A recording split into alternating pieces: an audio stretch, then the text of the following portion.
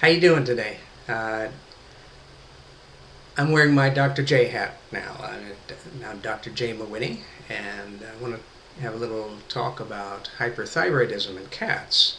This is a prime example of one of the things that pops up in the consulting website that I occasionally consult in, and people will come in and will write in and say, gee, my cat's been losing a tremendous amount of weight over the last 2 or 3 months, and I don't know what to do. How do I fix it? Well, you aren't going to fix it online, that's for sure. A veterinarian that would answer this is going to say this could be hyperthyroidism, which is an overactive thyroid gland. It's usually a tumorous situation, often benign but very aggressive in what it does. Or it could be diabetes. But no matter what, you need to get in for a physical exam, blood work, urinalysis, and x-rays. They need to see what's going on.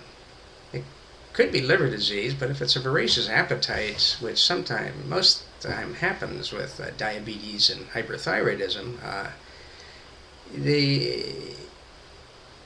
it's not, that wouldn't be liver disease, but the weight loss can be cancer, it can be any of the other things. But anyway, a good blood panel, make sure that they don't have any of the feline viruses, and urinalysis and x-rays to make sure there isn't secondary kidney failure, or many times, especially with hyperthyroidism, with the huge amounts of thyroid hormone circulating, the heart actually starts to go into failure.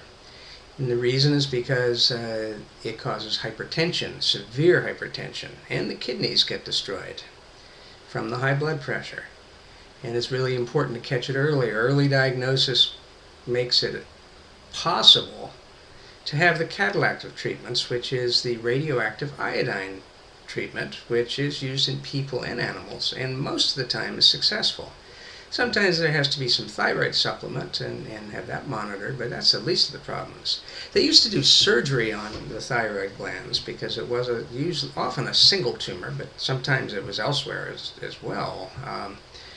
The problem is you might temporarily or permanently solve the problem by taking one of those thyroid glands out that was enlarged, but you may very well destroy the parathyroid gland, and reducing the capability of that can cause severe problems with the calcium and phosphorus balance of the body.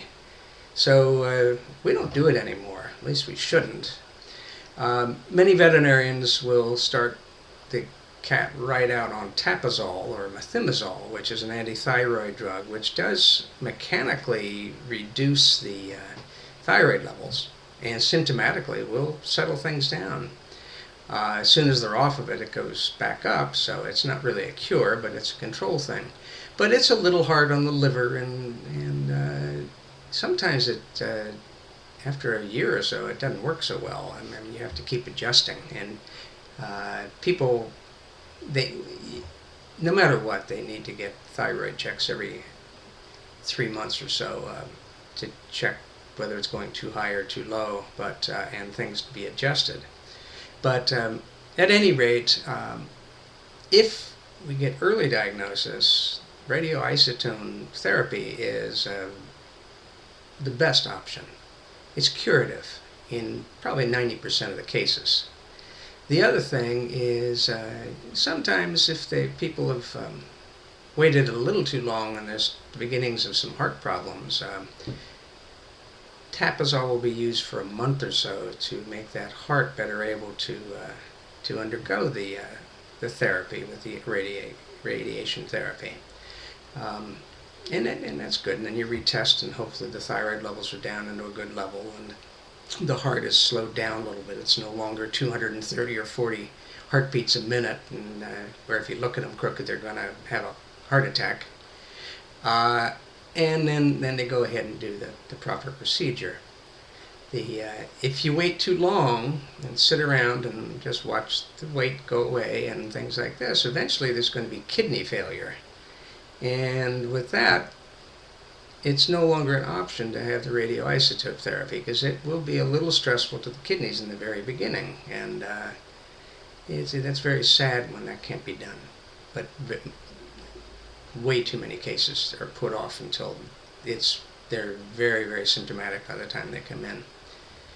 Remember to get in for those annual checkups, because at least that high heart rate and the weight loss can be picked up pretty quickly.